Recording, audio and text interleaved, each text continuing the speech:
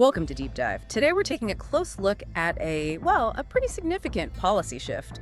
It's something that's really about to impact thousands of professionals and, the companies that rely on global talent. We're talking about the H-1B visa, specifically some brand new rules around in-person interviews. That's right. And this isn't just a minor administrative tweak. It's more fundamental than that. It's really going to reshape how many highly skilled individuals navigate their work lives here in the U.S. And it's hitting certain areas particularly hard, like Silicon Valley, which we'll get into. Our mission today really is to unpack these new regulations, understand what they actually mean on the ground, the consequences, and crucially, explore what applicants and employers need to be doing, right now. Okay, let's unpack this then. The U.S. Department of State announced this major update, and there's a firm date, right? September 2, 2025. So what's the headline? What's the absolute core change here? The big news, the thing everyone's talking about, is the near elimination of the Dropbox interview waiver system. This affects most non-immigrant visas and, yes, definitely includes the H-1B. So basically what this means is, starting that date, almost everyone applying for these visas needs an in-person interview at a U.S. consulate back in their home country. Right. So before, many people, especially for renewals, could just mail things in, avoid the trip, the appointment, and now that convenience is largely gone, even for, say, kids under 14 or seniors over 79. Exactly. That convenience is pretty much off the table for most categories. Those age exemptions, under 14, over 79, they're also being eliminated for most visa types under this new rule. Wow. So this is a significant return to how things were before the pandemic, isn't it? Or maybe even stricter. It absolutely feels like a return to pre-pandemic procedures, yes. But, the context is different now. Think about the volume of applications, the consular resources. The Dropbox system was, efficient. It streamlined things for so many people. Minimal disruption, relatively quick. Now, moving back to mandatory interviews for almost everyone, including those age groups, it really shifts the burden. The burden back onto the applicant, you mean? Precisely. It implies a greater emphasis on scrutiny face-to-face, which from a security standpoint, one can understand the logic, but it creates definite logistical hurdles. Time, cost, uncertainty, it all ramps up. That makes sense. The efficiency versus scrutiny trade-off, as you said. But you mentioned specific hubs feeling this more. Let's talk about Silicon Valley. Why is this tech hub singled out? What makes it particularly vulnerable here? Yeah, Silicon Valley. It's really interesting because of its sheer concentration of H-1B workers. Yeah. If you look at the numbers, just the stats, it was second in H-1B approvals from 2021 to 2024. And in 2024 alone, over 39,000 approvals linked to that region. 39,000, that's a lot. It is. And here's the crucial part. A huge chunk of those, the vast majority actually, are Indian nationals. So you have this incredible density of talent dependent on visas, specifically from India. This makes the region exceptionally sensitive to any changes in consular processing over there. Right, because if processing slows down in India, it directly impacts a massive number of workers in Silicon Valley. Exactly. Imagine a tech company there, maybe hundreds, thousands of H-1B employees.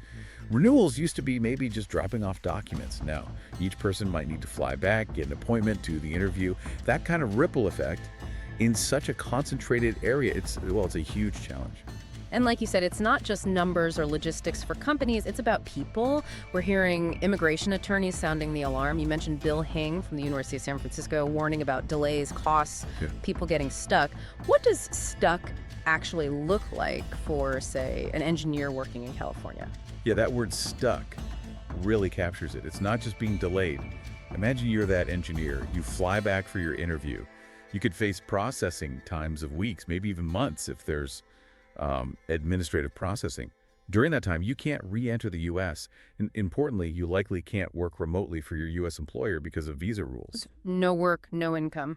Potentially, yes.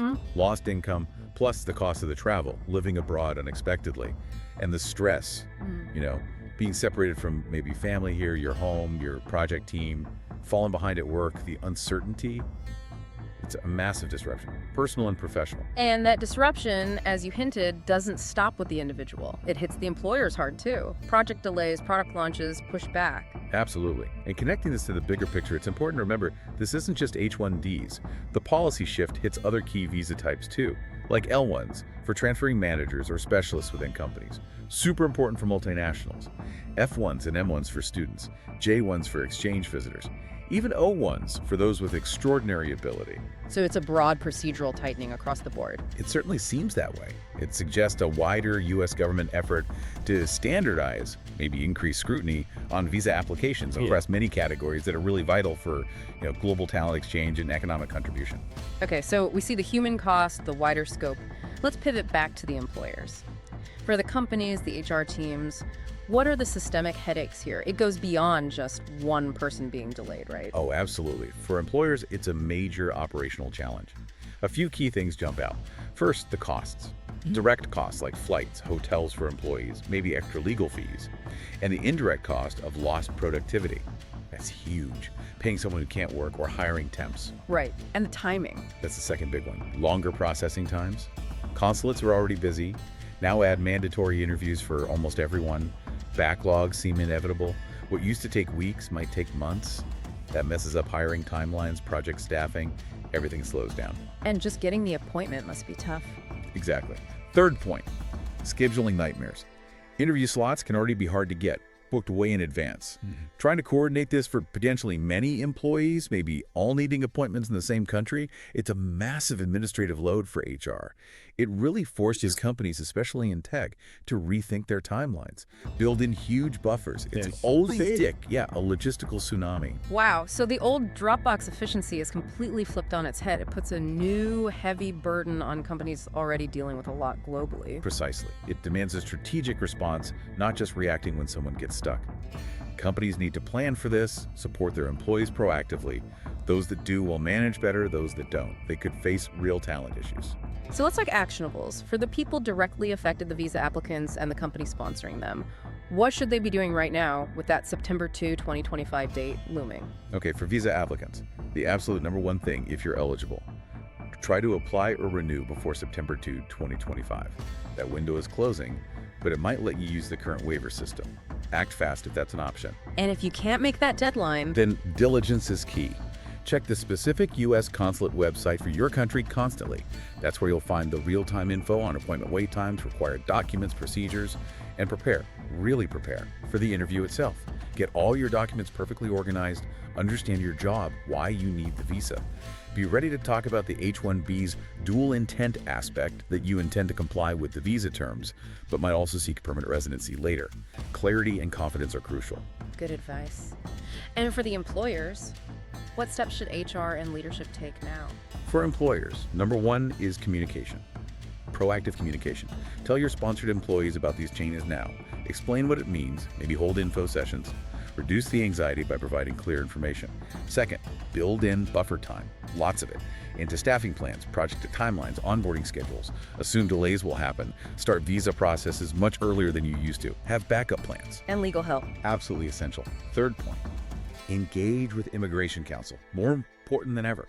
They can help navigate the complexities, support employees facing issues, and help the company develop solid internal policies. This is about long-term talent strategy now, not just paperwork. Okay. So today we've really dug into this major change for H-1B and other visas, the end of the Dropbox waiver. We looked at why Silicon Valley is particularly exposed, how it affects other visa types like L, F, J, M, and O1, and most importantly, the practical steps people and companies need to take. Yeah, it's clearly a move towards tighter security, back towards pre-pandemic ways. But the impact is undeniable. Delays, more costs, more logistical headaches for thousands of skilled professionals and their employers. The main takeaway: being proactive is essential now. It's not optional. And as you think about this, consider how these shifts might reflect broader trends in global mobility and managing an international workforce in the years ahead. It's a changing landscape. All the best, and we will meet again with another important matter again.